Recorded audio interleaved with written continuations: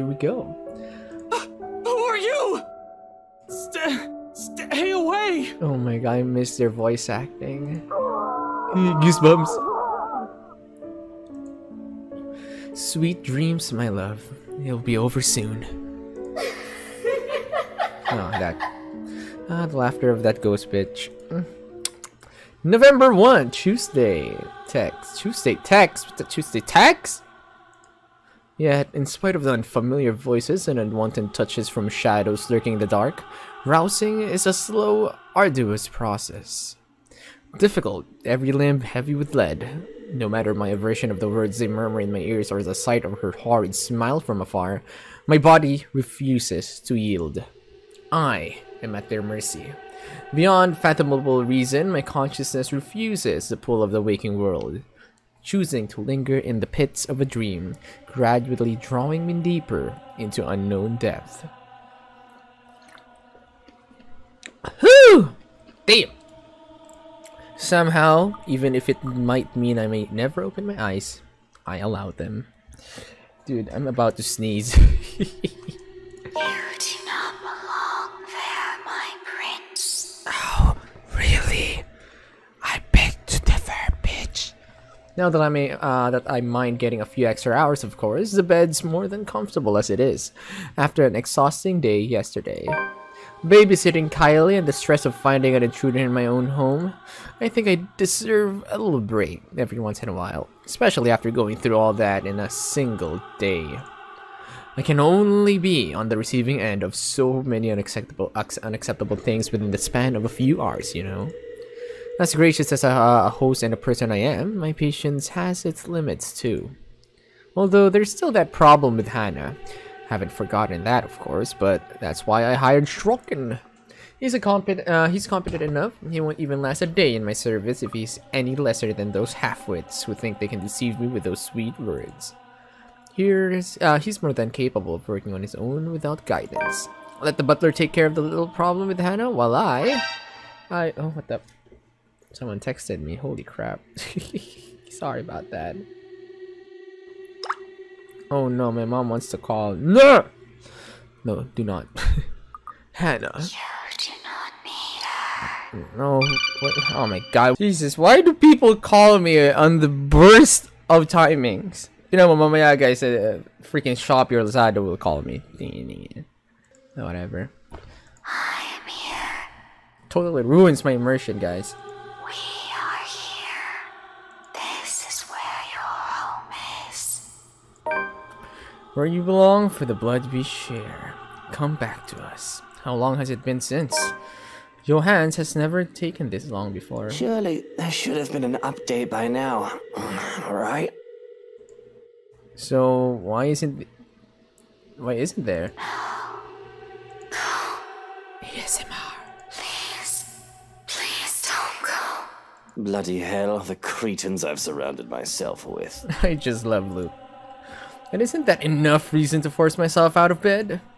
As it always has been. Oh no, don't tell me. Jump scare 3, 2, 1. Boop. None? Oh, okay, cool. My eyes fly open, expecting the warm rays of sunshine filtering through the curtains. Only to be greeted by a blinding flash of light and a loud boom of thunder that sounded nearly too close to my ears. Strong gusts of winds will occasionally burst in from the open balcony door, bringing in drizzles of cold rain into the room. I must have left it open earlier before dozing off. The carpet and the floor closest to it is already drenched.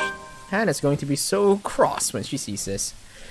Not that it's an immediate problem, but if anything, it's this power outage we should be minding first. With the intruder still at large, steering through this darkness might be a far more fatal than multiple sand wounds or a gunshot to the chest. Oh, great. The power's still out. That is exactly what I need right now. Yes. It's this storm, of course. I should have moved back to the penthouse to weather it in much more comfortable setting. Already I can hear the creak and groans of this old place as rain beats against the windows. You know, for a really rich guy, don't have money for generators. I don't know why. Johans! Has someone been sent to check the circuit breaker yet? No answer. Johans! silence. Shuriken! Someone! Anyone? Still, nothing, and my cordial mood is quickly dissipating. Where are those idiots when you need them? It's really a wonder why he hasn't fixed this yet. Was I really out that long? Can't be. It's only been a few hours after midnight. If the time on my wristwatch is anything to go by, and unless I've forgotten to change it again after the last overseas trip a month ago, the delays, and what the hell is wrong with my reading? Though the delay is understandable if he went looking for Hana as he promised. But bloody hell, my safety is also at stake here. Cursing, I stay still, letting my eyes try and adjust to the darkness while my hands fumble for my slippers. If that butler isn't going to fix this, I may as well order the security posted outside to do it. It's probably just a blown fuse. Anyone with a brain can repair one.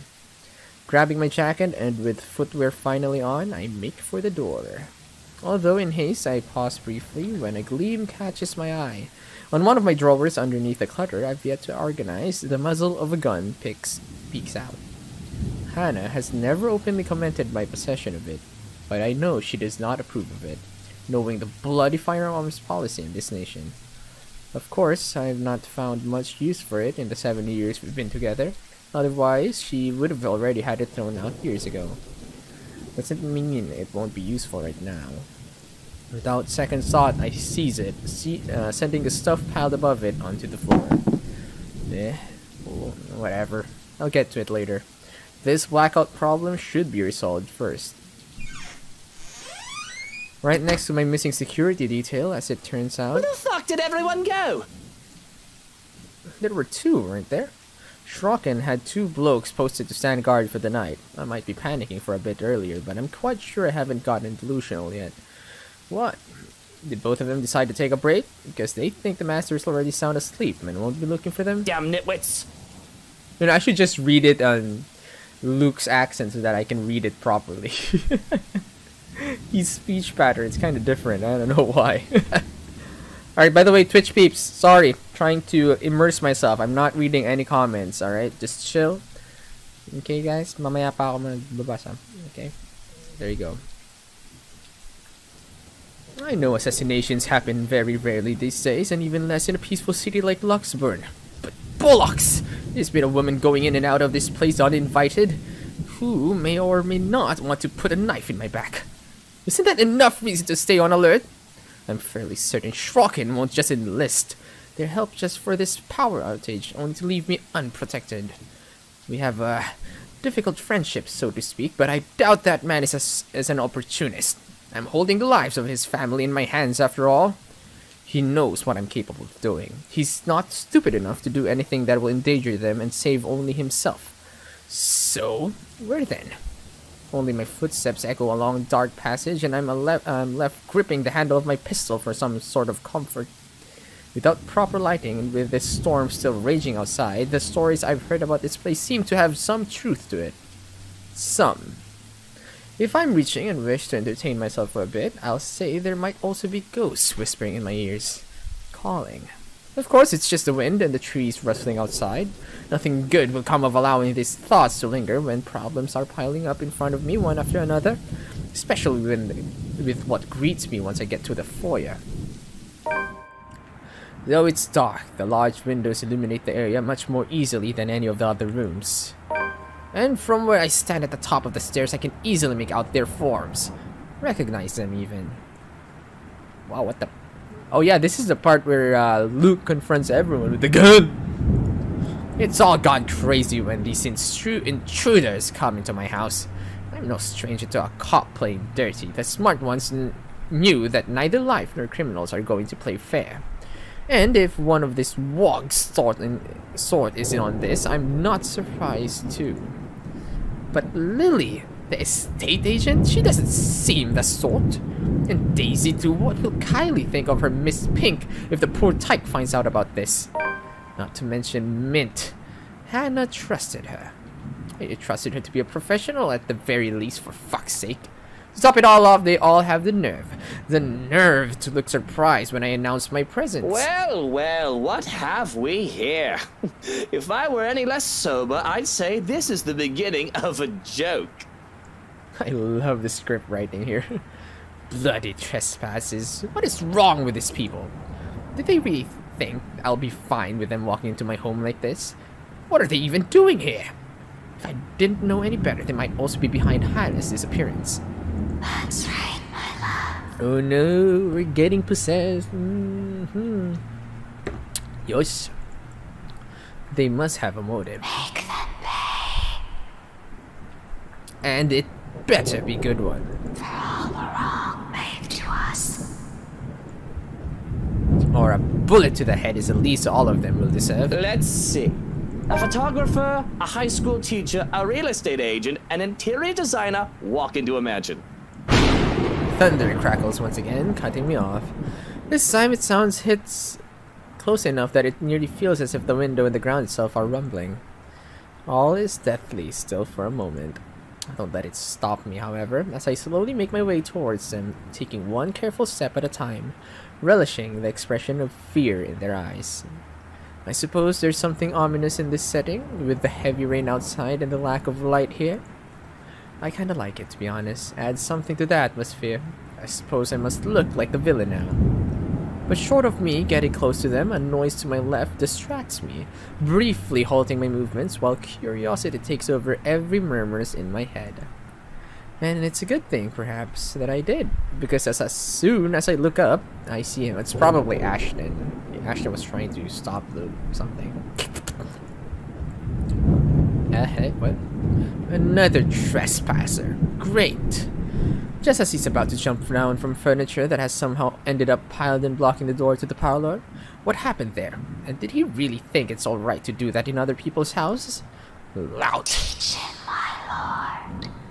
Put him in his place. My hand's already moving before any rationality can stop me. Fingers firm at my gun when I finally release the safety from it and take aim. Not at him, but at his friends. They are his, aren't they? Why else would they be here together? Doesn't matter. Won't let the people he cares about be harmed. My finger on the trigger is more than itching to shoot, but I hold back. Sure, I could have simply taken aim at him, but more than seeing him bleed, I want to see the expression on his face once he realizes everything he's doing is futile. He's trapped. Lives are in my hands. His lives in my hand. Had I known there would be a party in my own home tonight, I would have opened a bloody bottle or two.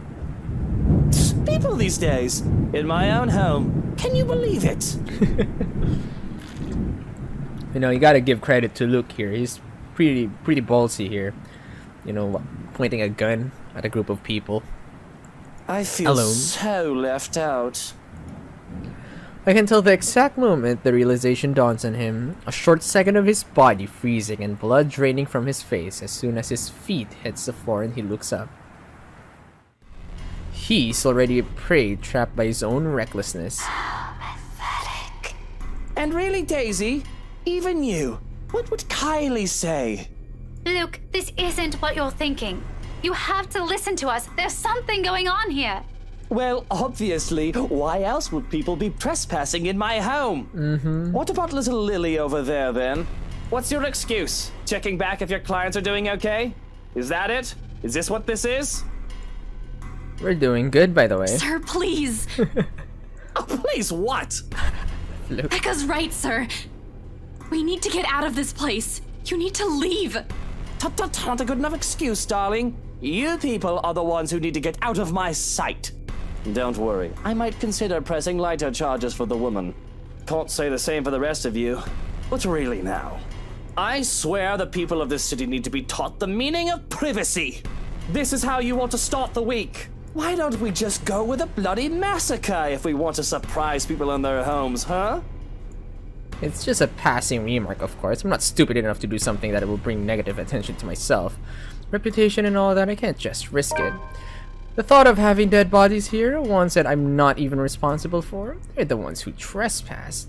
It's already quite too much. It will literally be overkill, especially for someone like me. Nevertheless, joke or not, Feathers wastes no time throwing his own gun at the slight wave of my own, even if he knows it's already too late. Still, he glares at me. Still, he fights back. Now, Feathers. Manners. You're in no position to be pointing that gun at people. There's no desperation in him like I'm hoping. Just an annoyance flickering shortly before being hidden underneath a challenge.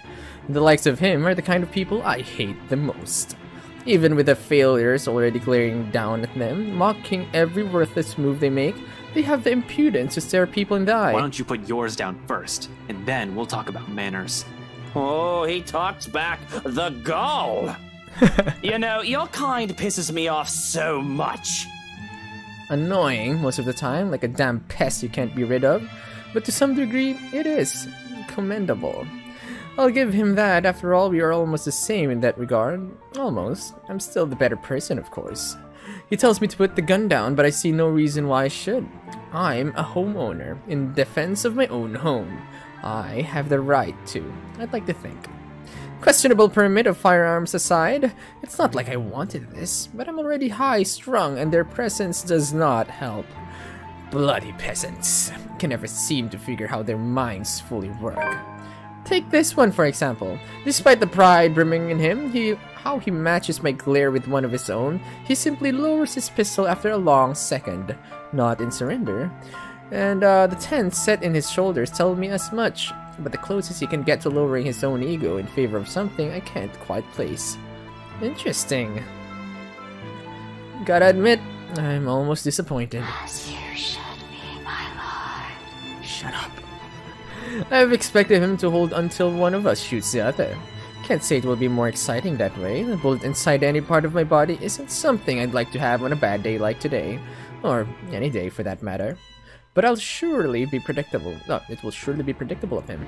And I like predictable. They're the kinds of people who are the easiest to deal with, no matter the situation. With them, there's no second guessing what they'll do. He shoots, I shoot, one of us dies, the other walks away. Nothing complicated. Nothing requiring much brain power, just muscle memory and who's the better shooter. End of story. Yet here he is, dragging a deep breath and in setting aside the only thing protecting him. I can easily shoot him this way, be done with this whole farce of a conversation. Instead, I find myself listening.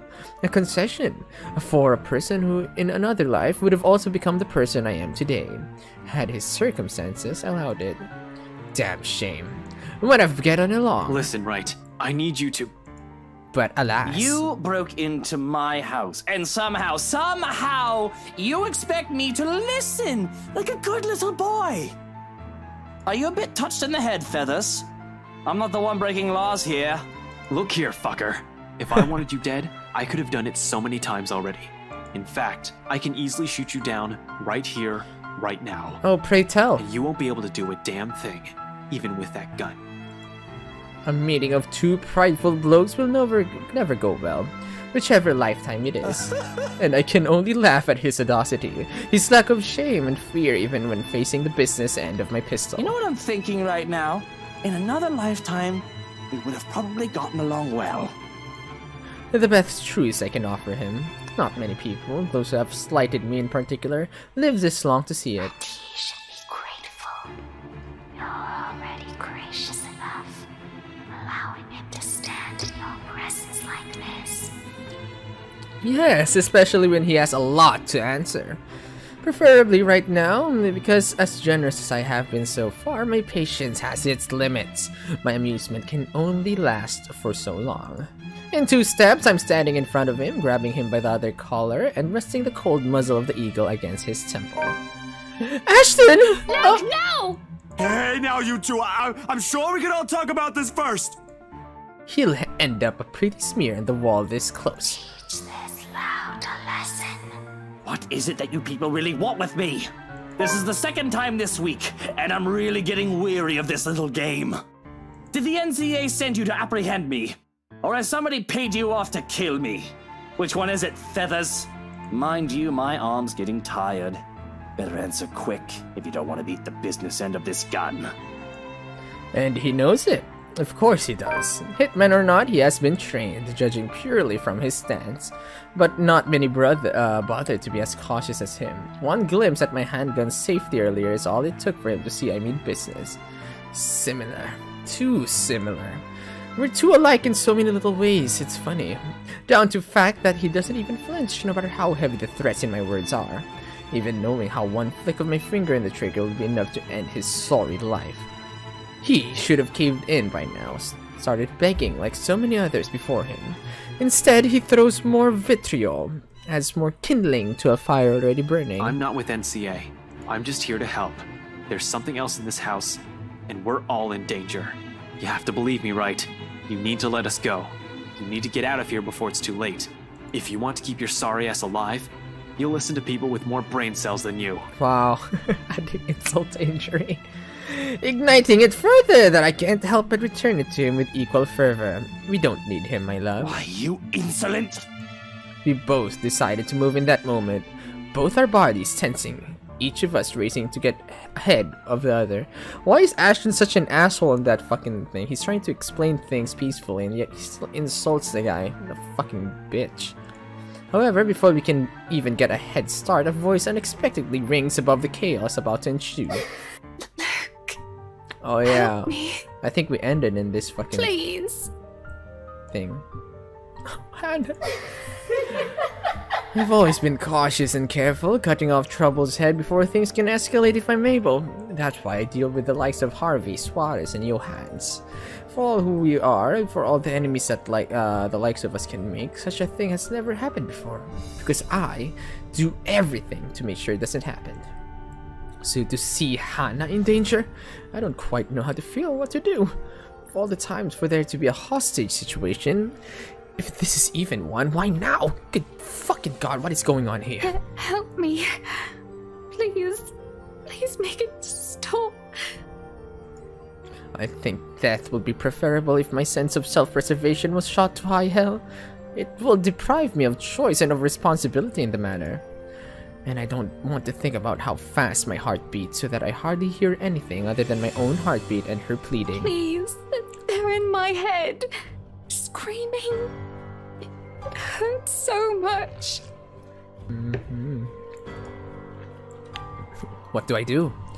What can one do against something holding your life in their hands, with a woman that looks more monster than a man? When her expression turns into one of amusement and her horrific laughter fills the air, I'm torn apart. This is my fault, isn't it? Hannah is in danger because of me. Everybody I love always ends up hurt or worse. And even when I chose to let her go, she's no exception. Hannah's unbroken begging makes it all the much more painful, because I still love Hannah. I really do. But will I really endanger myself for a woman who might not love me back anymore? Still, something in me dies a little when that woman laughs as if this is all some sick joke. Her smile taunts me, filling my head with laughter and rage until I can barely think over the cacophony in my head. And the way that woman looks at me, it's as if she's watching, waiting for my next move. Please. Someone. Anyone. Help me. This is crazy, and I don't know what I should do. I know for the fact that one shouldn't aggravate a hostage taker. There is no winning an argument with someone who holds a life easily taken. But I need to do something, right? Dude, what I do? Oh shit! Every choice I make is a life and death situation. I'm gonna save here just in case. Save just in case I mess up. I don't want to mess this up. But I will demand Hannah's release, guys. It's the right thing to do. Alright, because I don't know. I mean, there's no reasoning with the ghost, right? But I think it's the most logical thing to do, you know, plead for the life of the other person. What am I doing? Why am I even hesitating? I wouldn't go so far to claim that I'm any sort of decent human being. I realize now too that I may not have been the best husband one could ask for, but she's still my wife. And even if she wasn't, she's still Hannah. Can I really live with myself if I just stood by idly while she was in danger? That doesn't change the fact that this is all fucking insane, of course. Having all of these intruders is crazy. To think about going at this thing is crazy. I can hardly classify it as a person in my eyes. Perhaps a maggot. It needs to be crushed under my shoe, just like the rest of this sorry lot. But a person? Hardly. But I cared not for any of it. They didn't matter. All that matters is that Hannah is in danger. But cold pours over me, freezes me in place once more when I try to make demands. I have to take deep breath, grit my teeth, and steel my fist to even find the courage to speak up. Let go of her! Don't hurt her! Whatever it is you want! Just don't you dare hurt her! Nice, Luke. And if my voice isn't as firm as I'd like, it doesn't matter. I will beg and plead if I have to. On my knees, bend my fucking proud neck, and maybe even break it just to make sure she's safe. I don't know what I would do if anything happened to Hannah. The cold stillness is gone from my body, and my very skin feels like it's on fire. And I have to shout and scream at her when Hannah continues to cry out in pain. What do you want? Money? Is that it? I give you however much you want. Luke, please make it stop. I want it to stop. Just stop whatever it is you're doing to her. Can't you see she's hurting? Cannot stand for this. Let go of her! Now! I say it with such ridiculous conviction, and of course she won't listen. Why would she? She has the upper hand here. There's no reason for her to do as I ask. But her voice is but a whisper and deathly slow, and I'm hard-pressed to hear it over the pounding of my heart in my ears. She speaks, the woman from the gardens and the servant girl from the ballroom, from the hallucination, vision, memories, whatever they were. A hush settles over the room as we listen. She does not love you anymore. You are nothing to her, and you wish to have her back. There are no second thoughts. Be that as it may, I still love her. Way to go, Luke! And I will make you rue the day you were born if you don't let her go. Whoop, whoop, whoop, whoop. Whoa there. Easy now. Though her expression doesn't change, I have this most awful feeling that it wasn't the answer she was looking for. Yeah, Jesus Christ, Luke. Right, do it. I can see how the woman's fingers tighten around Hannah's throat, hear the hitch in her breath, and I fear that I've made the worst decision in speaking out. I didn't think she would listen, yet she does. A hand on Hannah's back sends her falling down the stairs. I move to catch her, and that sends us both sprawling at the foot of the stairs. Oh god, I hope Hannah's okay. With my back to the ground and her on top of me, the pain doesn't even register in my head. All I can worry about is Hannah as I pull the both of us off the ground and away from the stairs. Away from her. Aw, she's okay. Are you alright, Hannah? Are you hurt? It takes much too long for my liking before she speaks. All she's able to do for a moment is whimper in pain, a hand to her throat. And when she does manage to speak, her voice is far too faint along with the hold she has on my arm. It's terrifying to see her like this and to think I nearly lost her for good. Luke, I'm so sorry. I don't know what happened. She just... Shh, hush, my lady. Cheers. It's fine. It's fine. You're fine. This isn't your fault. For a moment we forget, but... You deserve each other. Oh, thank you! Hearing her voice triggers something in Hannah and she starts to tear up. Her face contorts into one of pain and fear. But I grab her by the shoulders to keep her in place so that she can see me and only me, and so that I can only see her too. Look at me, Hannah. Look, I'm here. You're safe. I won't let her hurt you again. You understand? Just breathe. I don't know exactly what in bloody hell is going on, yet I can't find it in me to care. Whoever these people are and whatever they're here for, this is not acceptable. For all I know, this is all some dumb charade to get to me. All the times I've seen the woman before, it could have all been an act to get to me, to get under my skin. And to think they dare hurt Hannah. For all of that, the fear that I had felt seeing her touch Hannah. I can only think of her as an actress in grotesque makeup. My hand still shakes, the fear not having quite gone. But anger fills me as I look at the woman, I sneer on my face. How dare you! I don't care who you are, but how dare you touch Hannah! I want you out of my house! Out before I call the police and have you put away for the rest of your miserable life! I would have shot that bitch right then and there with my gun. And that goes for all of you! I hold my ground, firm and strong with my declaration. But the nerve of her, she just laughs in my face.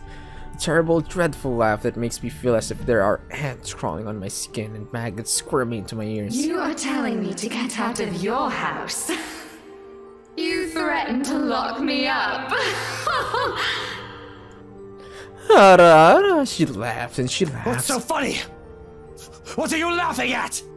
None of this is funny! But she persists, and it almost feels like her voice is in my head. Oh, no different. No different. You're all the same. You can all suffer together. Just like what happened to the ghost bitch.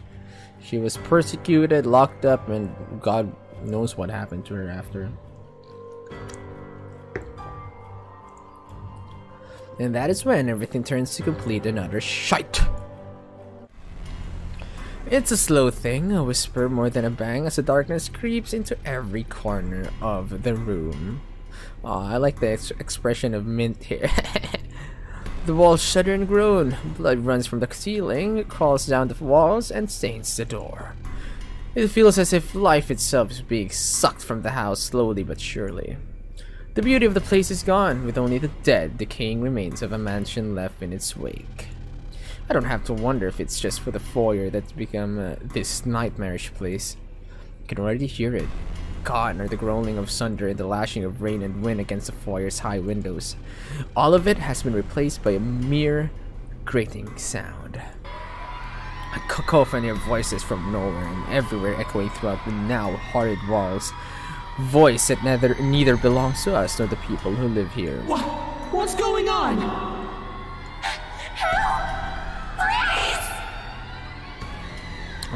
All throughout the house, shouts of alarm and surprise ring out, a mirror to the horror creeping up in each of us. Who wouldn't be shocked? This is insane. Even Daisy, feisty woman that she is, trembles at the sight of it, clinging desperately to Lily while Steel and Feathers stand protectively in front of the two. Brave of them, I have to admit, to put themselves in front of the line like that. Though it doesn't necessarily mean they don't feel the same fear as the rest of us. Something I don't blame them for. There seems to be no end in sight to this insanity. If anything, this only feels like it's the beginning of the end. Help me! Oh my god! Please, somebody! Anybody! Who are you? Stay away! No. Stay away! Stay away! Their screams fill the mansion. She laughs all the while, a harsh, agonizing sound that goes on for what feels like forever. Until there is nothing but silence, her horrid smile and pale hands reaching out to me, calling, beckoning, pleading. I'm terrified, I really am, like I should be, but I have never been one to truly stay afraid. I've long learned that fear will not get me anywhere. Cowering in a corner doesn't keep me safe, and it will not keep me alive. Not like rage does. I've learned to use this burning hate inside of me to survive. There is no difference now. Stay away from me! Why do you wish to leave? This is where you belong, my lord. Remember the blood we share? This is your home. Don't you remember? You promised to return. To stay. Your point? Together with me. With us. With people no different from you. What is she talking about, Luke? What does she mean? I don't know. Don't listen to her, she lies. I promised no such thing to anyone. Hannah, you're the one who bought this house. Blame game, huh? How should I know what she's babbling about? I never even wanted to be here in the first place. A terrible case of mistaken identity, that must be it. I'm quite sure of it. I don't know this woman, this monster. Why would I say that to someone like her? In my entire lifetime, I've only made and kept sincere promises to a mere two people, Hannah Evans and Eleanor Chandler. Who the fuck is Eleanor Chandler? No one else. The rest of those who claim I've promised anything to them can go fuck themselves. Bloody hell, I may enjoy the company of women, but I'm not an idiot to start spouting such nonsense to anyone. A line must be drawn, especially if I am to keep myself alive. Yet she still goes on and insists, making me appear a liar in front of these people. Of course you still deny it. Have you truly forgotten? You haven't changed, I see. Still a deceiver. She's lying! You see, my love, nothing has changed. Still no difference, you and I. Just like the rest of us. Just like every single soul in this putrid wreck. We've waited for so long. You can hear them, yes? Their pleas, their calls, their invitation. Come, my lord. The house seeks its master. She, the monster, reaches out again, her hands a gory, abhorrent sight, along with what smile spread across her face. My body's already moving on instinct, stumbling back one step at a time in a desperate bid to be away from her. Anything to put distance between me and this vile creature. No matter what she says, I'm nothing like her. I need to get out of this house. Out of this country, preferably. There's nothing for me here, not anymore. Nothing to keep tied to this place. With Hannah planning to leave me, struck and likely taken by this woman, nothing's left to bind me to this wretched city. I can leave. I can... Careful, Luke! My foot steps on something, sending me sliding on my back and flat on the floor. Beside me a paper, a familiar one, further down. Oh yeah, the letter! It's this thing again from the open house, though it feels like a gimmick and more like a threat with what recent events. I must have fallen from one of those peasants in the commotion earlier. For a moment they appear conflicted to see it in my hands, but wisely keeps their opinions to themselves, leaving the damn thing to simply bear its grisly message for everyone in the room to see. Help me! Help me! Help me! Is this it? What they've been telling us? Why everything in my life has gone to shit? Because of some stupid old letter? An invitation, indeed. One I am not willing to accept. Not any time. From the top of the stairs, the creature moves again, drawing my attention back to her. Her gait remains slow and awkward as she walks forward, that smile never leaving her. But I won't give her the chance. I am not dying here. I certainly am not giving myself to a hideous creature like her either. Adrenaline kicks in, and despite panic gasps and worried glances from Daisy's friends, I pay them no mind as I reach for the main door and, without warning, it slams open, revealing not the mansion grounds like I'm expecting. Before my mind can even comprehend what's happening, black tendrils have already coiled tightly around my limbs, dragging every person in the foyer into the room. None of us even get to scream when darkness completely envelops us upon the doors closing. Understand where your place is now, my love. What happened? You belong here. Shit. Is it so difficult to grasp? We've been waiting.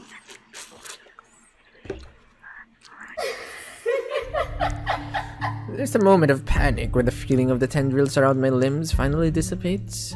As soon as my eyes adjust to the darkness of the room and I'm on my feet, I'm reaching for my knife and holding it out, watching, waiting for every moment. What happened to your gun? Using it as a way to put distance between me and those peasants. Who knows what they'll do now? We're all desperate to get out of this house. There's only 7 of us in this room, 4 of them friends at that. I cannot trust these people. Not to turn on me. But hell, even Hannah's giving me the same look as them now. Though Mid has already gone loon, crouched in a corner and muttering to herself. Can't really say anyone's safe from her. If anything, she's the one I should watch out for. Cannot trust anyone. Not anymore. Not after this. Despite the pleading looks, like Lily shoots my way while they all huddle in the corner behind Steel and Feathers. But I have to remind myself that even people like her are capable of doing the unpleasant. She's only human after all. It's never an excuse why. Even Hannah has her cunning, manipulative moments, though she does it much subtler than I. Why else would Lily show this letter to us that day if not to save herself? I get that backfired on her now that she and her own friends are also stuck here. Still, I have every right to be livid. Everything that I've built has fallen apart. All because these people came into our lives. You! All of you! Woo, here we go again! This is all your fault! If I've died to this bloody case, I'm taking you all down with me! Calm down, Luke. Luke, please put that knife away. This isn't going to solve anything. Hey now, Mr. Wright. I know the situation ain't good, but we have to calm down. Speed boost! We're all in the same boat here. Why are you so angry? You shut your mouth! If it weren't for you, or this letter, for all of you, none of this would have happened! Is your life all that matters to you? What about these people here? Don't they have the same problem? What about me, Luke? Do you even care? I did show my care a while ago. Are you taking their side? You're also stuck in this nightmare, Hannah! That creature is out to get us, and you're still defending these people! I'm not defending anyone, Luke. I'm just trying to be reasonable when you're clearly not. Oh, of course you're not. You're just the one who bought this bloody mansion to begin with. if I didn't know any better. You did this on purpose! Woohoo! Whoa, whoa, whoa there, boys. Why no? Why would I ever do that? This was only meant to be an anniversary gift. For you. For us. For the family we're going to have. Right, anniversary gift. Oh, here's your gift, darling. Oh, by the way, there's a curse included in that package. I hope that's all right. I can totally imagine Luke. Are you really that eager to get rid of me, Hana? Because if that's what you've been meaning to do all this time, you might as well just put a knife in my back while I'm... Suddenly, Hannah steps up and slaps a knife away from my head. Whatcha! Said knife slides uselessly under the table out of my reach. Before my mind registers what's happening, a sharp blow explodes in the side of my head, sending me reeling backwards. Wow, damn, I was expecting a slap, but go Hannah! Go Mama Hannah! With a fucking right hook! She merely stands before me afterwards without even batting an eye, glaring at me as if she might just rip my head off in this instant. Damn. Don't ever mess with Mama Hannah, guys. Sometimes I forget. Don't you dare, Luke. Don't you dare imply I've ever thought of you that Yes, way. angry. That Hannah is never the weak woman I believe her to be. Oof! How did I come to think of her as such? She used to be someone I can look up to, isn't she? When you look at her now, the way she stands tall facing a man like me, the same way she has done so all those years ago, I can't help but think, am I not responsible for taking that part of herself away from her? Enjoy your time as Mrs. Luke Wright. What a bunch of shit. Figures why she wants to leave me. And these people are only trying to help us. Oh, of course, by barging into our home. Because there's no other way, Luke. Are you really going to trust them to save your life? These peasants who brought this pox upon us. Keep talking about us like that and see if any of us here will keep you out of this place. Rebecca, stop! All of you stop this! Here comes our Filipino girl. To hear Lily speak out loud, I can't say I'm not surprised. She's always given me this impression of someone so meek from the moment I've met her. Either from her inexperience or her station. By the way, it's Isabella, okay? I like how whoever you're playing as a character, their names get updated.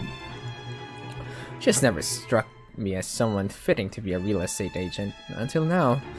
Quietly, she puts herself between me and Daisy, cutting whatever scathing words we've yet to hurl at the other. The way she glares at me, it reminds me a little of the way my own mum will look at me. Particularly when I've done something wrong, and it's not a stare she's unused to showing. She has done this before, probably to a younger sibling. Huh. If she only sees us now as a pair of squabbling kids and not two mature adults, well, that's only to be expected. No doubt that's how she sees us. For a long moment, there's only silence in the room. Still, the big oaf doesn't even dare break it. Neither does Feathers. With both merely watching us, bunch of wimps these men. Not that it matters when Lily starts speaking again, after some of the anger and tension has lifted from the room. Stop this, please! With or without that damn piece of paper, A deep breath. Yeah, this is all your fault, Isabella.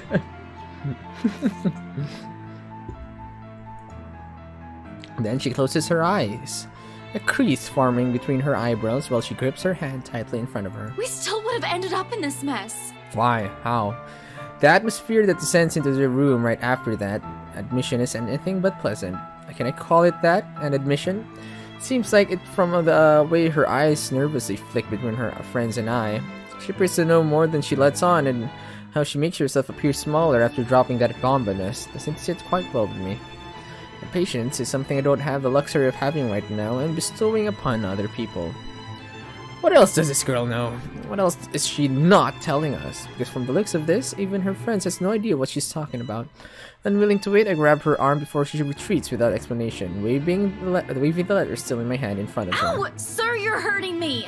Aye, look! Hands off her, right? Fuck off, Feathers. I have questions for your friend, and she better have the answers. Luke, will you stop taking it out on every single person? Your friend is hiding something, Daisy. She struggles for a moment, but my hold eventually forces her to look up at me. Fear and uncertainty spreads across her features, especially when her eyes land on the damn paper. As much as I want to be considerate right now, I want answers. What do you mean, Lily? I'm not sure about it. Don't give me that, you know something! Ow! Please, sir. I know the paper's useless, okay? At the mention of the letter, all of a sudden, Mint stands. I've almost forgotten she's here, her ramblings having faded away in the shouting.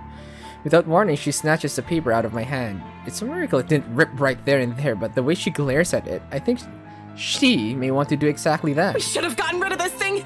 We should have burned it at the first opportunity we got! No, even if we rip it to shreds, it won't do anything. I kind of forgot what happened. I thought it was a letter. I mean, I thought it was all the letter's fault. So it isn't the letter's fault? Wait, what? Oh god, dude, what? I think... Come on, spread some light on us, Isabella. You don't know what I've seen, Santos. There were children! Victims! All because they had no idea what this thing will do to them! Oh yeah, the video camera. Oh god, those poor souls! They were screaming and begging before she... Then what about those people they mentioned in the news lately? All those who died? My coworkers? The open house clients? Oh yeah, did they see the letter? Because I have no idea. I have no idea. None of them had seen it. Even Rose. And yet they're all Are dead. you sure they didn't see the freaking letter? I should know. That letter has been with me since I picked it up. And I swear I didn't make copies of this thing. Even if I wanted to save myself, I wouldn't do that to my friends. Or anyone. Then how come... Explain! How come everybody who saw that fucking thing is now involved? Is that what the trip to BRC was for? Yes, I'm sorry. I couldn't tell you guys until I was certain. None of you believed me the first time. I had to find proof. And yet we're all here! Are you taking me for a fool, Lily? I have to go with whiskey on this. Who knows how many has already seen this before you found it? Exactly. This cursed thing has to go! We would have ended up here either way. Why though? Why us? Maybe? I really don't know. Oh my god, Isabella! Sir, please. All I know is that paper isn't the reason why all of this is happening. Then what is doing all of There's this? something else that... This place. Steele has been quiet the entire time. At the sound of him talking, however, whispered it is, still manages to catch us all off guard. Oh god, what's happening to my reading? We all pause, turning to him with likely the same question in our eyes. What? Oh, I just thought. I mean, it's a straight thought, alright? Don't take my word for it. Please explain. No, it might be something. What about this place, Zach? There's still a moment where he hesitates, but Lily's urging eventually spurs him into speaking. I was just thinking, maybe Ash is right for why he went here. What? This is where Bella found that thing, right? And then this. It was just a hunch, Zach. We were not getting anywhere. But just because we went here doesn't mean we will find all the answers we need here. Hell, now we're stuck here. Regardless, Steele pauses, allows Lily to remember. Soon enough, whatever it is dawns on her face, and her face lights up with something like hope. Of all things in this nightmare, hope? Her head snaps up and she reaches for Steele's arm to give it a squeeze. A reassurance or a confirmation? The meaning is lost even to Daisy, who glances at them baffled. Belle, what are you... Becca, it's this place. Think about it. What? You mean, like, burn this place down? She freaking... I still think we Friggin' should get rid Rebecca. of this letter before we start thinking of destroying a place with some historical value! Spoken like a freaking architect. Still worrying about historical value. What? No! We are not burning a multi-million-pound mansion, you peasants! I just spent a fortune on this! Even after knowing this place is cursed, really. Seriously, Luke. Are It's- you really more worried about that? Thank you, Hannah, for being the voice of reason. Buttercup, magic, millions. It's gonna take years getting all that money back! Pretty sure you still have a lot of money there. Well, you certainly won't be getting any of that money if you're dead. Exactly. Thank you, Hannah. Hannah, best girl, guys. Love her so much. Really, Luke? Is that more important than your life? Bloody fucking hell! Not only do I have trespassers on my property, but they're also arsonists! How dare they suggest something like that? Bloody peasants. My head's already aching just listening to them. To think this is all the solution they came up with. I should have just stabbed all of them and made a run for it. It doesn't help that with each second we spend talking here, the crazier this whole place gets. The voices have become louder and somehow sounding more vicious. If the things in this room start floating, mark my words, I will fucking flip out! Oh, I'm getting possessed by Luke. And they may not be thinking of it right now, but eventually they'll turn to me. On me. Such is the nature of humans. Better find a way out of this place as soon as possible, if I want to stay alive. Fuck, I still have so much to do. None of our choices seem sound, but who knows? We don't understand a shit about this place. Might as well try everything, yeah? Whatever works. If I also have to be the one to make that bloody decision, so be it. Less room for errors, with only one sane one doing the thinking. Far from being the sane one here, look. Whew. On the off chance I'm wrong, well, they suggested it. I decide to...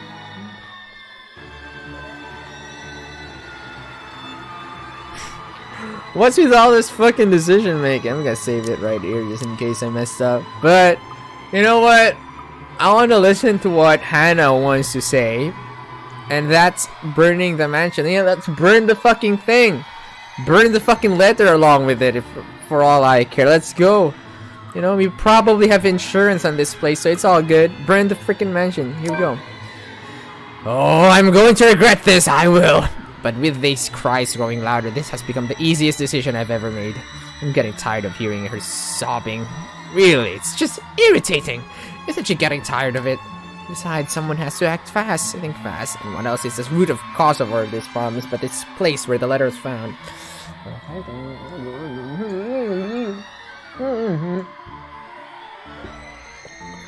No need to make things more complicated. It started here.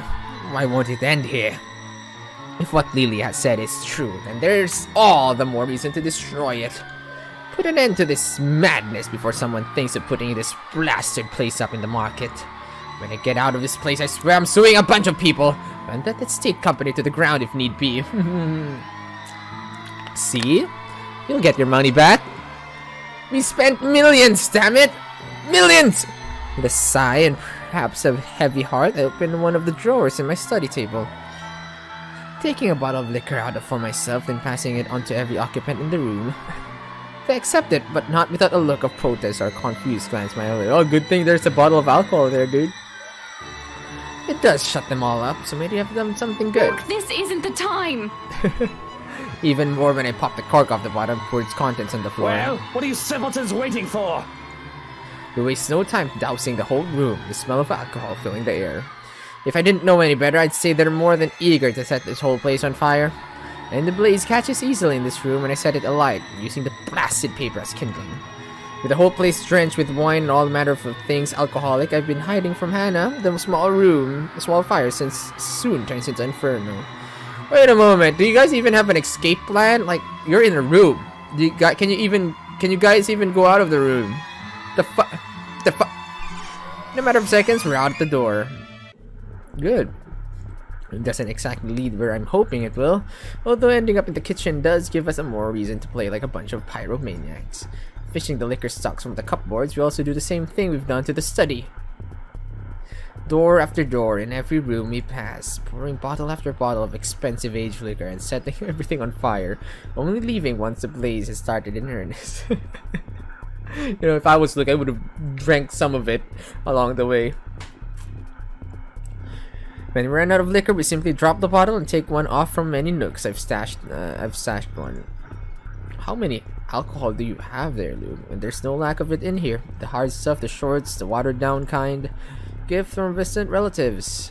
Friends, so-called friends, you name it. I have made sure there's always one within reach. How many of these things do you keep in this house? Not the time, Feathers. I always have a few bottles in the bedroom, you know, the parlor and the dining room. Wow, you guys are casually talking about You have this. problems, man. We have bigger problems, Well, man. isn't this the time to discuss them? Exactly, Luke! Turns out it will be useful now to drown out my sorrows, but for this wonder of wonders, though, I suppose I can now say it has also saved my life. But there's no time for some introspection now, because with each room we pass and burn, the place also becomes easier to navigate.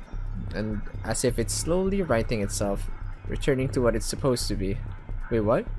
Soon, we finally find ourselves standing before the main door.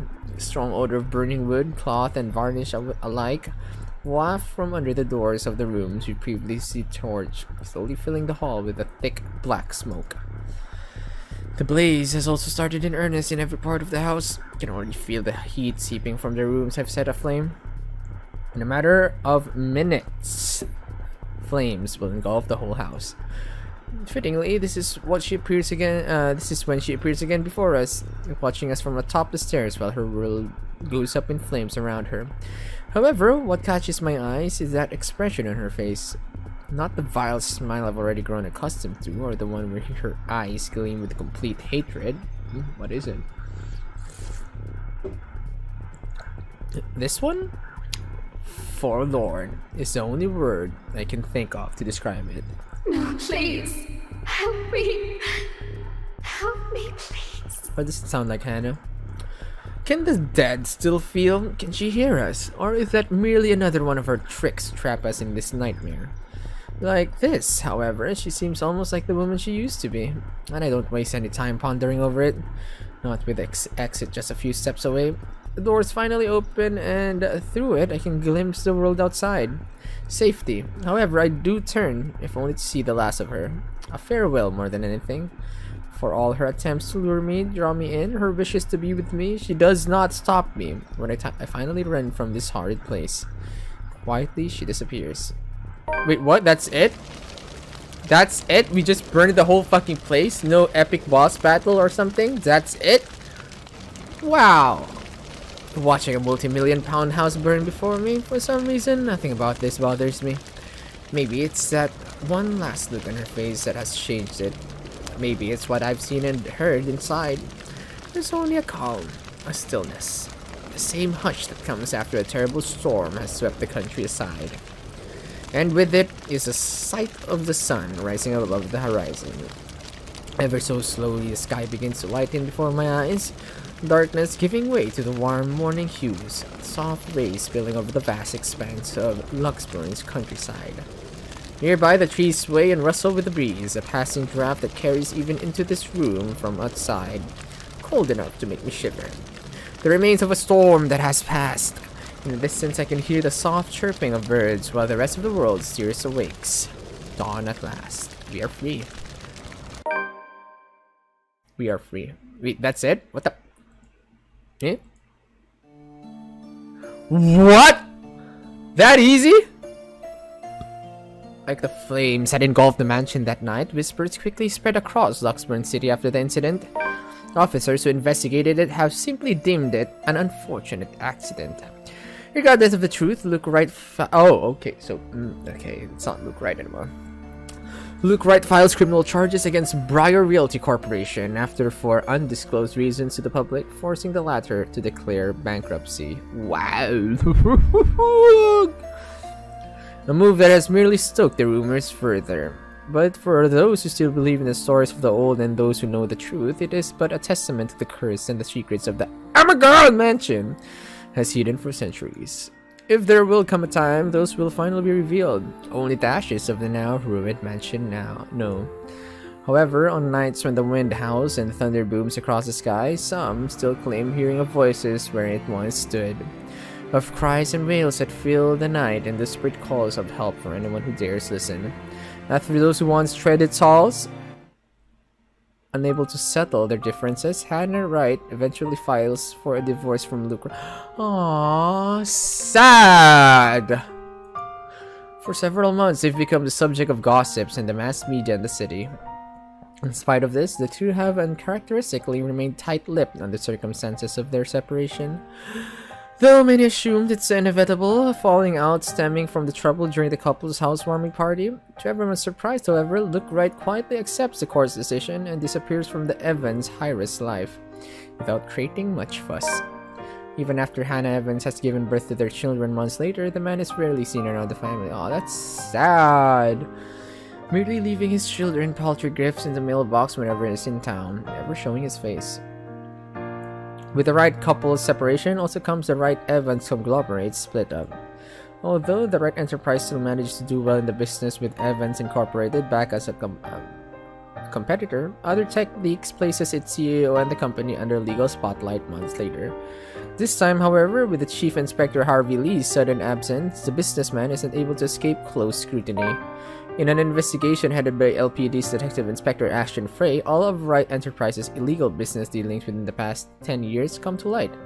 Although his involvement with other crimes is still being investigated, the disclosure has caused a huge outcry, especially from the city's business sector. Sued on multiple grounds, the company is ultimately forced to shut down. Poor Luke. Oddly, when Luke Wright steps out of his office one last time, there's only a small smile on his face. To avoid public outrage, the once affluent businessman immediately leaves the city. On business class! Wow! All of his bank accounts have been emptied, including his Luxburn apartments, leaving not a single trace or clue where he might be hiding. The last anyone has seen of this man was on a flight bound for Ireland. Ooh, are you going to McCulloch's place? Till this day, no one has heard from him, not even Hannah Evans, even his people from the old Wright Enterprise who have all been left to deal with the aftermath. Though, over the past few months after the situation has calmed, some have made claims of spotting him flitting in and out of the city. You have only to check on those he has left behind. Ooh, here we go. Following the company split, Hannah Evans reestablishes Evans Incorporated, becoming its CEO like her late father has always wanted her. Oh, she looks awesome! Look at Hannah-chan! Though a bit of out of practice and doubted by many people at first, the Evans heiress quickly finds her bearings and proves to be every bit as talented in the business as her parents. Soon, under her management, the new Evans Incorporated flourishes, becoming one of the prime investment and finance companies in Luxburn City. Soka. Months after her recovery, Marianne McCulloch heads back to her homeland, ready to close a chapter of a past she has left hanging for so long. Hey, she might encounter Luke there. There, she visits Lorraine's grave, asking for forgiveness from the girl she once loved, something she has intentionally avoided for years. Although the terror of what she has witnessed inside the Ermengarde mansion still clings to her, she bravely chooses to move on from it, turning a new leaf by focusing on a new branch of her interior design company and leaving her interior design company at Luxburn in the hands of her secretary instead. Although she never returned to the city after, she is frequently seen visiting to check on the people who has become acquainted with her in her years there. Having finally accepted herself, she won't deny she's in a happier place now. Soka. Despite making the Ireland branch of her interior design company her focus now, Marianne continues to cater to her most avid patrons in Luxburn when requested. And after her work on the Ermengarde mansion, Hannah Evans has never trusted another to handle the design of any of the place she owns. Upon moving back to Evans mansion after her divorce, Marianne's name is the first thing she calls, and the woman is quickly to fly back to the city at the socialite's summons. Not only helping with the decoration of the old place, but also assisting with the renovations, much to Hannah's. So you guys are rebuilding the Ermengarde mansion? What the fuck? Why? See, that place is a curse. That land is a curse. Since then, the two women have kept a close friendship and business relationship. Often, they can be seen going around town together when Marianne's in town, and the Evans heiress can be heard recommending the designer to her peers during parties. Ooh, it could be love, yo. Some even may go as far as to say Hannah Evans has confided with Marianne McCulloch during the tumultuous time of her divorce with Luke Wright. Whatever the case is, one can't deny that both women have found a confidant in the other. Nice. Hey, big guy has shrunk down. With help from family and friends, Zachary Steele is soon able to open a photography studio of his own. Something he has only dreamed of having as a child. Nice. Although he still hopes to get back to making indie films someday, client work and small projects has kept him mostly busy. Cool. Hectic as it may be, he can only be glad for the amount of work pouring in. It has made moving on from the incident in the Ermengarde mansion easier, if not faster. But while there are still nightmares, with support from his family, his doctor, and his own drive, the dark images have finally turned into pleasant dreams. He's aware he won't ever truly forget, but he's no longer running away. At times when he's not busy or after a hard day's work, he thinks there's another story for the big screen to be told, and that an idea he may soon turn into reality once his time affords it. Soka. What? No way! Unknown to many, Hannah Evans also played a huge role in getting Zach's new studio up and running. Oh shit. Wait. Don't tell me. You guys had children? Or... I know Hannah had a child, but I'm pretty sure it wasn't twins. They said a child, not children. A child. Oh god. But for all of the latter's efforts to try and thank the woman, she insists keeping her investments a secret as she merely wishes to help out, having been impressed by his skills in the field during the brief time they've worked together. A working relationship that continues to this day, as he is the only photographer she seeks at every single event she hosts, either it's simple social gathering or a company party. Beyond work, they also remain close friends to this day, marked by frequent visits to his studio or casual talks over lunch or dinner. A friendship that only seems to grow in time, especially after the businesswoman's separation from Luke Wright. Both has never directly answered what the real case may be, but it is clear that Evans Harris trusts the photographer enough to put her children, who are especially fond of the man, in his care every time she leaves out of town. Whoa! She had twins! That is awesome! Damn, son. Cool. In the months that follow, Rebecca Gales became a prominent researcher within the Loxford's major academic circles. Wow, she looks nice with that bun. Especially after writing what she has discovered about Anselm Village and the Ermengarde Mansion. With help from Professor Andrew Clark, she is soon able to secure funding to continue her research, presenting her findings yearly at local and international symposiums. Now, at the tail end of her current study, she hopes to publish her first book, correcting all inaccuracies in the city's current history, a move supported by both colleagues, students, and friends alike. Though she knows she still has a long way to go before she can even begin to change people's minds about it, Professor Clark has warned her as much. She perseveres, doing not for herself, but for the sake of a history the future generation must never forget. Soka. No matter how disturbing her experience with the curse may have been, she remains the worrywart she has always been. Even after what she has seen, she continues to fret over people she cares about, sometimes much to their frustration or embarrassment. But if there's one thing that has shifted, it's her relationship with the people in their little group, particularly with Zachary Steele. In fact, on numerous occasions, she has been spotted dropping by his new studio, bringing the man food on days when he's swamped with work. Oh shit! Oh no, the NTR! Ooh. Oh my god. I hope this sits well with Hannah. They also seem to have grown more comfortable around each other than before. Hey, that's okay. At least she's moved on from Ashton. Maybe it's born out of their shared experience. Or maybe the way they see each other has simply changed naturally due to the years they've known each other. Regardless of the whys, it's a change the man welcomes and appreciates. In turn, he strives to return her kind gestures whenever he can. For all the horrors they've seen, who would have thought something good would come of it? Things have inevitably become strained between Ashton Frey and Rebecca Gales, okay, in the months following her confession and the man's eventual rejection. And with their new work and lives getting busier, the two have eventually drifted apart. Though neither talks about it and the teachers still strive to forget an old flame, it's clear in Rebecca that there are still lingering feelings of bitterness left. If anything, however, this has only made it obvious how much has changed between them, and how much she has clung to the idea of Ashton from their younger days, the one that may not have been there in the first place. Merely an idea for a starry-eyed young girl.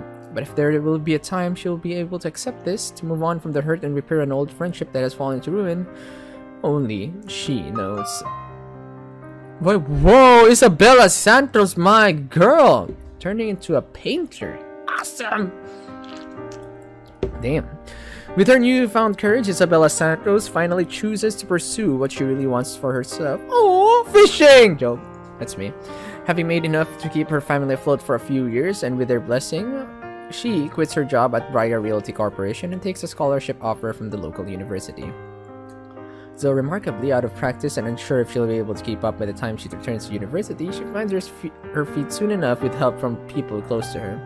And with her confidence in her skills growing, so do the number of people recognizing her and her work. It doesn't take long for several award-giving bodies to take notice of her. Awesome! For all her accomplishments, however, she has never truly forgotten what happened at the Ermengarde Mansion. The images still remain in her, and on particularly unpleasant nights, terrors continue to visit her dreams. Poor Isabella. She knows those won't ever disappear from her life. It has become a part of her in the same way death has permanently taken from her. However, she's no longer afraid, and with a brave face, she carries on, earnestly wishing that someday, she'll be able to paint brighter, more vivid thoughts on her canvas. An honest portrayal of life and hope amidst the fear. Shortly after accepting a scholarship, oh, she looks so nice with her hair down, wow. After accepting a scholarship grant from Luxburn University, Isabella moves from Salem Royal Residences in favor of staying in a dorm close to her campus.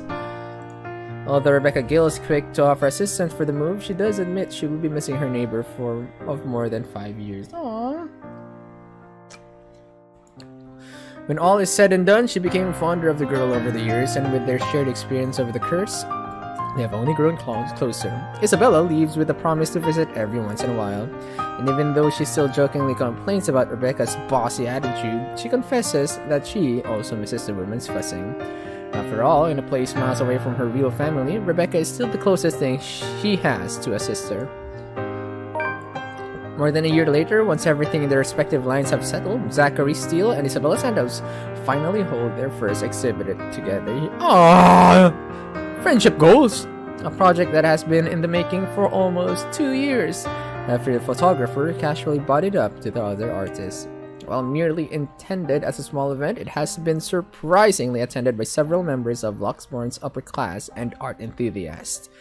Although only a few of the pieces have been meant for sale, the show has brought prominence to Zachary and Isabella's name in the city's art scene. It has since been followed by several other exhibits by the two, both in and out of the city. Currently, they are planning to hold their first show overseas. Yet, even with this unexpected, overwhelming fame, friendship between the two has remained strong. Theirs, after all, is a bond that goes beyond mere partners in a small project.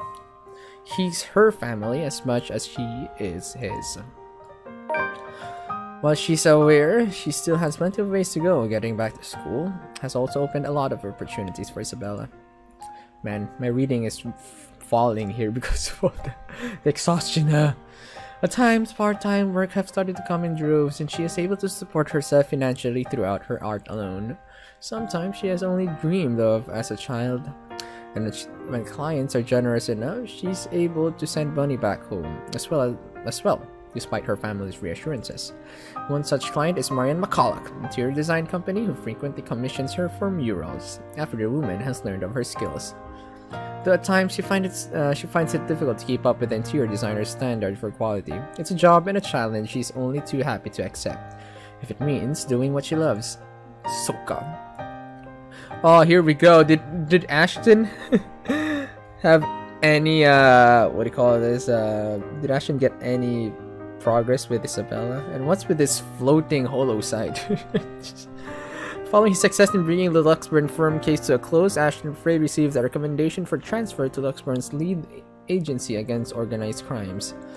An endorsement eagerly backed by the newly appointed successor to the late Chief Inspector Lee, Abigail Harris. Knowing he'll have more resources, leeway, and a bigger chance at ultimately bringing Look Right to justice, Ashton Frey accepts. He still warns the people close to him against Wright and his associates, but only a friendly reminder now, more than anything. Though he does worry, he believes they are wise enough to know what they are doing and trusts their judgment. For now, he has decided to leave the evidence and the law to speak for itself and take care of the man once the proper time comes. Nowadays, police work and operations keep him busy, sometimes taking him away from the city he grew up in for days on end. A rare thing for him to enjoy once upon a time, yet this time he never loses his drive, simply growing more determined after having finally found a clear purpose close to the rush and excitement he dreamed of as a child. Although Ashton still keeps mum about specific details of his work, his experience with the curse has slowly taught him how to open up, especially to those who knows that genuinely care for him. Still has a long way to go. He knows that, but for the sake of the people who are still with him, those who have chosen to stay, he hopes that there will come a day when he no longer has to hide behind his own lies, a day when he's no longer afraid of facing the truth in his own words. On his days off, Ashton is usually seen loitering around Zachary Steele's studio, either to help him out as one of his pet projects or exasperating the man on purpose. Either or, it's mostly the latter. At certain times, he'll volunteer to model for one of Dak's projects, in spite of the photographer's reassurances that it's not needed. Regardless, Ashton insists before complaining how meticulous the whole process is hours later, to Zach's utter amusement. Though sometimes they may get into small trivial arguments, things have stayed cordial between the two. If anything, the ordeal they've both gone through has merely strengthened a friendship that the detective didn't expect to find in anyone. Oh no, this is what happened. Between the lingering trauma and their measly attempts at normalcy, it takes a few months for the awkwardness to finally lift for both Ashton Frey and Isabel Santos. After several weeks trying to find their voice and remembering how to act around each other despite enduring affections. But once the unease fades, there's only their usual banter and rapport to fall back on. The casual talk and the friendly jibes. And for the both of them, it's easy. Like breathing. Like coming home from another journey. A comfort in spite of the things they have gone through. Their days may still be filled with petty arguments and light teasing, but in the aftermath, when all has been said and done, something constant has already been forged between them. A quiet, steadfast thing that can both hold on as they both carry on. So God. Hey, yay, no romance between them. Awesome. And there you go, boys, we did it! Amanda Lee was voicing Isabel Santos? Really? So good. Okay. Curtis Arnott. You guys should search for this guy. This guy was awesome. And Amberly as well. Woo! We did it. We fucking did it. Oh my god. After how 3-4 years? Jesus. Oh, I can finally move on to other games. Oh my god. Oh. Oh, we did it! Ah! Freaking 3-4 years, man. Jesus. Ooh. Clip that shit, guys. Clip it for me. This isn't the true ending, by the way. The true ending is where all of them dies. And you unlock some memories. That's the true ending to this game. But I went for the all people alive ending. I don't know if it's a good ending, but it's not the true one. So, but still, goddamn, thank you very much to Yang Yang Games for making such an incredible game. That is awesome. Can't believe I was missing out on a lot. It's awesome. They're making a new game, by the way. I think it's a hentai game this time. So I might play it in the future. We'll see. But again, Yang Yang Games, Pinoy developers, you guys are awesome. One of my favorite Pinoy indie devs. Actually, my only favorite right now. Love you guys. Keep making awesome games, okay? Awesome! Oh, what's next for Glauco after this? I don't know. I have no idea. I have no freaking idea. Just... Dear you, if you're reading this, that means you've finished playing the game in one way or another, and we thank you for the time you spent in playing the letter. This game is our passion project more than anything, and we sincerely hope we delivered in bringing you a one-of-a-kind visual novel experience. You guys did! Awesome! I love you guys! The letter is hopefully the first of many visual novels coming from us. If you like what we did with the game and would like to support us, please consider donating to our Patreon account. I think I donated something. Did I? Oh shit, I should donate. You can also follow us on social media to get the latest updates. Our handle is Yang Yang Mobile. Thank you so much for everything. Let's talk soon. Yay! Oh my god, we did it! Yay! No, I'm not redoing playing the letter. I'm not going for the other endings. Fuck that. I'll get back to gaming this September. Alright, September 4. I'll be back on gaming. For now, we'll chill with whatever variety content I still have left and send it to you guys. Okay? Thank you so much, guys. I'll see you guys again. Bye-bye!